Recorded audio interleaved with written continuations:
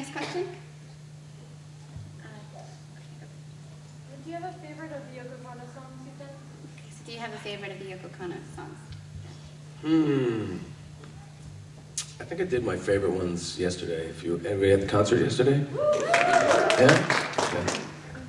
Well, I may do one today that I didn't do yesterday. But I like Call Me. I like No Reply. I like, actually I like one that I did with Maya Sakamoto. Do you know her? Garden of Everything, yeah. That's one of my favorite ones. And the one that I'll play later, which I won't spoil. Surprise. Just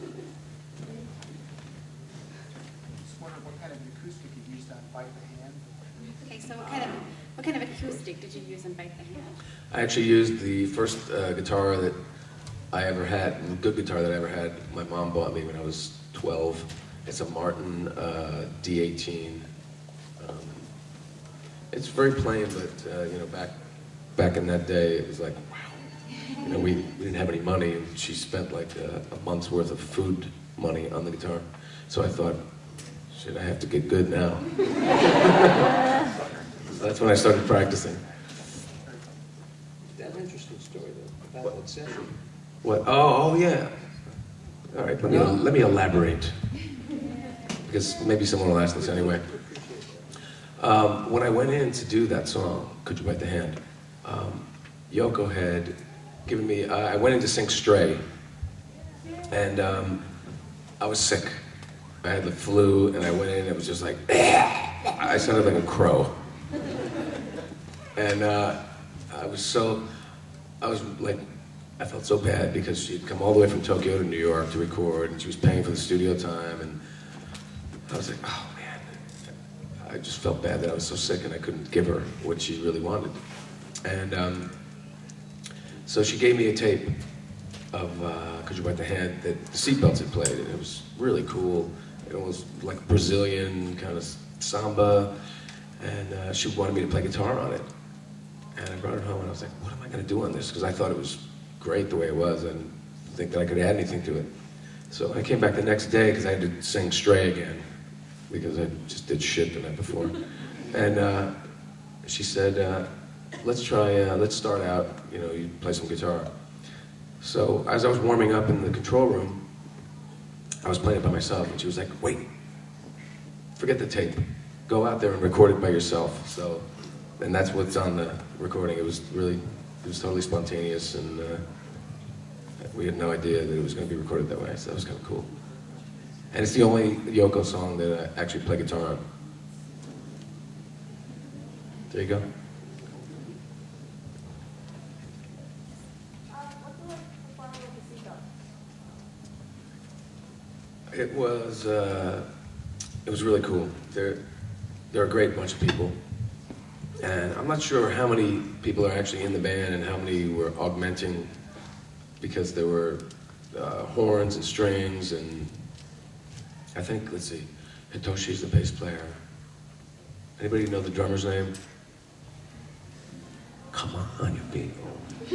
He's a really skinny, dyed blonde. I remember because when I went to sing with the Seatbelts, I came over there to Japan with another singer from New York. This guy named Scott, who sings, he's got a beautiful voice. He's on the Cowboy Bebop soundtrack. Anybody know who I'm talking about? Scott, what's his name? Matthew? Scott Matthew? I believe he's got a really low voice. Beautiful singer. And he likes men, and he was hoping that the drummer was going that way too, but sadly for Scott, he wasn't. But it was great working with those guys. All just really brilliant players and really sweet. But it was always challenging trying to communicate. You know, you have to use a lot of hand gestures and face gestures, because they speak about this much Japanese. I think we have time for just a couple more questions, so, okay, yes? I know you guys have worked with tons of people. What has been the coolest thing that you guys have done? The coolest thing. What's the coolest thing? Together or separately? Either. Well, let's see. Are you thinking? Yeah. Let's see. I worked with. Well, it's been pretty cool playing with the Dolls. I mean, of course, we have our own band. We were the Crown Jewels before, and now we're the Contes. So that's the coolest. But other than that, we worked with lots of other people. I had the strangest gig. Anybody know who Paul Simon is? Yeah. So I was Paul's stunt vocalist for rehearsals when he doesn't want to sing in rehearsals. I'm always there. I've done this for the last like 4 years with him, and it's a pretty cushy gig, I must say. I just sit there with my lyrics on a music stand and pretty much sit there all day. And when he doesn't feel like it, he goes, "All right, Bridge Over Troubled Water. Come on, Steve, you sing it." So that's been pretty cool. How about you? Take it away, John. Well, one of the coolest things when we were kids, we were big fans of this band, the Jay Giles Band, like a blues kind of rock and roll band. Any of you were fans? Anyway, but one of our first bands we actually got out of the garage and would go out and play like at parties and dances when we were like 11 and 12. We did a lot of these songs, and a few years ago I ended up playing with Peter Wolf on a couple of his solo records. One's called Fool's Parade, the other one's called Sleepless. And I did too. Yeah, Steve did too, that's right. I'm sorry, didn't mean to omit you from that. He always says that. No, actually, I got him in on it. I was playing bass. I said, "Steve, come by the session," and actually that was a very cool moment.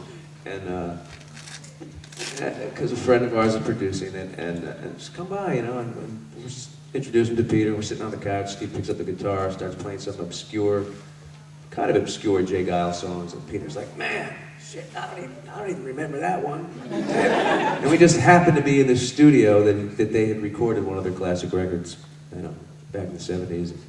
We ended up just playing like a dozen Jay Giles tunes, just messing about in the studio. And, when we were 12, if you told us, "Man, you're going to be playing with this guy someday." Oh, what's even cooler though? Who knows who Chuck Berry is? Chuck? We both played with Chuck Berry, and I have it on videotape. Yeah, I'm gonna make a DVD out of it. That was bootleg it. That rate's up there too, definitely. Yeah, that was really cool. That was cool.